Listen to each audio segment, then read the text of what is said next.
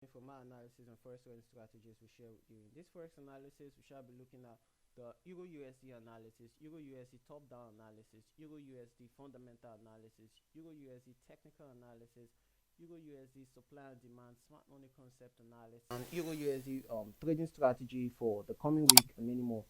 Kindly subscribe to our channel to get notified and updated as we trade forex with Millionaire Logistics.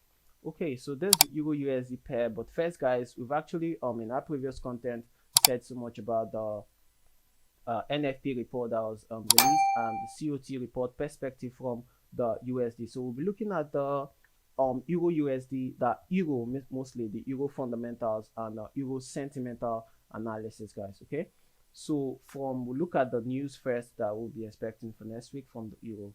So on the Forex Factory news calendar that we have here, guys, so from June, this Wednesday, so from June, since there's no major news in June, so where we start having news on the euro is high policy, the monetary policy statement, which is high impact, right, from the euro perspective by 12:45 p.m., which will be by 2 or 1, and the main refinancing rate. These are all high impact news.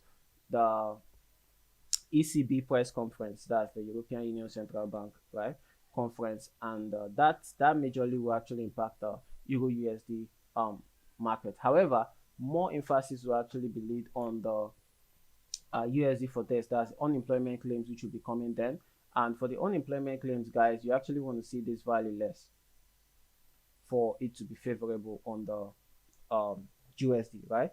So before we look at the chart, guys, let's see how we can create a scenario here. For mostly we have most of the high impact news here. It's kind of a 50-50 for the euro and the USD, but I think there are more fundamental news from the USD perspective. Aside the ECB, right, the ECB, which we'll be looking at on Thursday, is not notified yet. I believe that's the monetary policy statement. That's the ECB interest rates, which will be on June 9th. In our previous content, we actually discussed that, where we said that I feel personally, in my opinion, I feel the Eurozone may not be looking at increasing interest rates, right? They may not be looking at increasing interest rate because I came across a news, right, and in news rather, kind of an information that suggests that the European Union are not looking forward to increasing their interest rates for some reasons and all that. Actually, they are even looking forward to tighten. So I feel that my own personal sentiment, I feel that may be a likely scenario. But let's look at the COT report for the euro. In the previous analysis, we've actually discussed COT report in some kind of perspective regarding the euro, the US dollar, and the Australian dollar. So we're just going to be looking at the euro COT report. Okay, so this is what we have here for the COT report. Like we promised, guys, in a special content, we shall be sharing how we analyze the market using the COT report. That's the commitment of traders report. Okay. So for the COT here, what we have here is that, like I said earlier, I just put more emphasis on the asset manager, institutional, what they do, and the leverage funds. So for the euro, for last week, what we saw was that the asset manager and institutional funds, they added 5,035 long positions, which gave them a total of 402,783 long positions.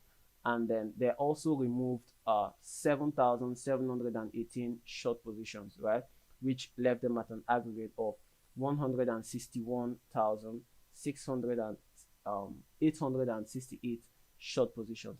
So on the average, if you actually do the summation together, they were actually net long last week.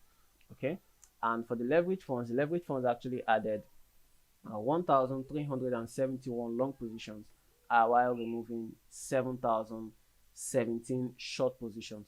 So if you look at these two together, okay, they were actually net short on the euro, right? So mostly one very technical information, right, about the COT report is that the leverage funds actually react faster to the market than the asset managers and institutional case.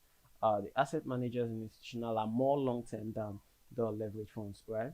Okay, so with that in mind, guys, and this report actually highlights what happened in the past for last week, right? So what will likely reflect what will happen in the coming week will be released on Tuesday, of which we only will be accessible. We'll only have access to that market on Friday, right? So it's all about the past, right? Okay. So with that said, guys, let's dive into the charts. Okay. So we're on the Euro USD chart right here. This is the monthly chart, and from what I can tell here, guys, is this: the Euro USD, as you can see clearly, the Euro USD have been in some kind of downtrend, right, from the monthly, right? Euro USD has been in a downtrend, right? However, I don't know how possible it is for us to get this to this level, right? Don't know how possible it is for us to get this to this level, guiding with the fundamentals and all that. But mostly, if we zoom in a bit from the monthly chart, you can also see that the Euro USD is kind of at a sensitive level right now, a very sensitive level. It's reacting off a very sensitive level. Okay, it's reacting off a very sensitive level. Now, aside that, guys, there was a kind of massive rally for this month.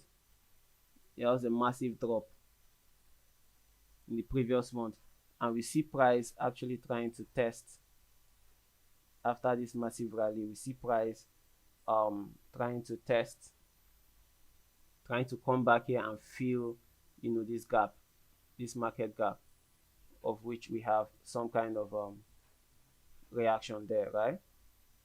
Of which we have some kind of reaction there. See price trying to come and fill this gap, right? So this may actually be a scenario because overall it's actually in a downward trend. Euro USD so far has been a downtrend. Aside this area, this full area that has been ranging. So the scenario here is quite steep, guys. Going by the monthly chart, I will be bullish, right? Going by the monthly chart, because there's a scenario of Euro USD actually been going right up at least to this level, right up to this level. It's a possibility for Euro USD reaching this level before trending downwards. But that will also be determined also by the fundamentals, which right now the market is kind of shaky because there's a war going on. Okay. So with that in mind, let's go on to the weekly chart. Let's see how interesting this could be. Okay, so the weekly chart, you can see it confirms this massive downward trend that the Euro USD has been ever since January 2021.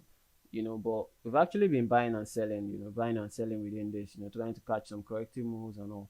Okay, so at this point right here, Euro USD2 is also very close to the moving average, the exponential moving average, guys. I usually share the exponential moving average and how I combine them in our Zoom meetings, which I think there should be one coming up for tomorrow, Sunday. Okay, so what I can see here on the weekly chart, guys, is this: there's a possibility of a short time sell opportunity, right? There's a possibility of a short time sell opportunity. There's a possibility, but it's quite risky. I'm not as confident as I am on going short on Euro USD than I am on the odd USD. Okay, but there's a but. All right, so we've seen 2 weeks. Previous 2 weeks have quite been bullish, so I want to see that as the reaction. There's seeing a scenario with the fundamentals and all, and depending on the actions that may come into the market, seeing a scenario like this, the price will actually go this way and perhaps come a little bit downwards to test this level before making a move to the upside, because this may likely happen in the long term, yes. But for now, currently the United States dollars is fundamentally, sentimentally stronger than the euro, because I think in a news report, in a tweet by the president of the United States, he was very much impressed with the job numbers in the US economy. And despite being impressed, guys, even with the increased job rate, though there are more job numbers, but the unemployment rate didn't change much, right? But that will also mean that in the next coming US next coming FOMC, the FOMC, right, from the US, there may be some consideration to increase the interest rates. So that may largely affect the Euro USD, right? So I'm kind of a little bit 60% bearish and 40% bullish on the Euro USD. But then the price action that comes in when the market moves will actually determine a whole lot more. Okay. So let's see what we have on the daily chart. Okay, it's a very interesting one. Okay, forgive me, let me take this off. Okay, so we have here the same sequence, and up here we have this very much supply zone.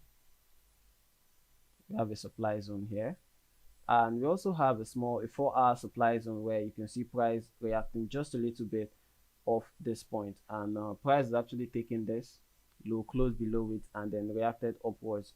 So from this level, guys, this is a major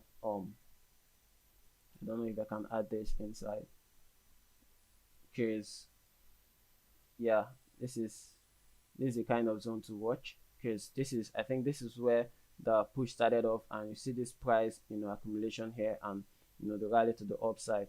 And we also have this major push here. So there's an area, a very interesting area somewhere around here. It's an interesting area here. So likely scenario here in this is that this price may actually come downwards on Monday, may actually come to this level, right, on Monday, maybe react here, maybe come back to this level somewhere around here, head downwards to this level, or price may actually break and close above here. Now, the moment the price breaks and close above this moving average on the weekly chart, right, on the weekly chart, the moment price breaks and close above the moving average on the weekly chart, I will be looking at buying. But provided that price is still below this moving average at this level, I still will be considering holding a sell position, right? Holding a sell position, because if we look at the daily chart, we can see it's very obvious that Euro USD is still maintaining a down trend. So like I said, my forecast, right, my expectation for the Euro USD rather, guys, is 60% bearish and 40% bullish. Okay, so in a sell scenario, guys, in fact, I'm actually holding a kind of scalp position. Should I say scalp position or so on the Euro USD? But I'll be looking at this. I'll be looking at a scenario like this. Since I already have this, I'll be looking at a scenario like this. Whatever happens, first TP at this level, and perhaps second TP somewhere around here, target in a bearish situation. However, guys, when price gets to this, if price actually gets to this level, I could be locking some profit with the expectation that Euro USD may continue bearish, so I don't just get to scalp in, maybe form break this level and form a lower low, and continue in the downward trend. That's in the long term if price actually meets these conditions. However, if price actually next week breaks and close above the moving average, then we'll assume that the NFP had no impact. The US trade balance too is also under fundamental news, right? From here, it's not stated here, but there's a trade balance news coming from the US that should be on the 7th. Yeah, on the 7th of June. That's probably on Tuesday too. So the impact of that news will actually say a whole lot, say volume lot about the direction of the USD. We've actually explained how the trade balance will actually impact the US economy. That's in the previous analysis, the old USD analysis, right? So guys, you go check it out and check out other things. And that's all. We love you. And don't forget, guys, if this adds value or some kind of confidence to your analysis of trading, don't forget to comment, and don't forget to subscribe to the channel so you get notified and updated as we trade Forex with Millionaire Logistics.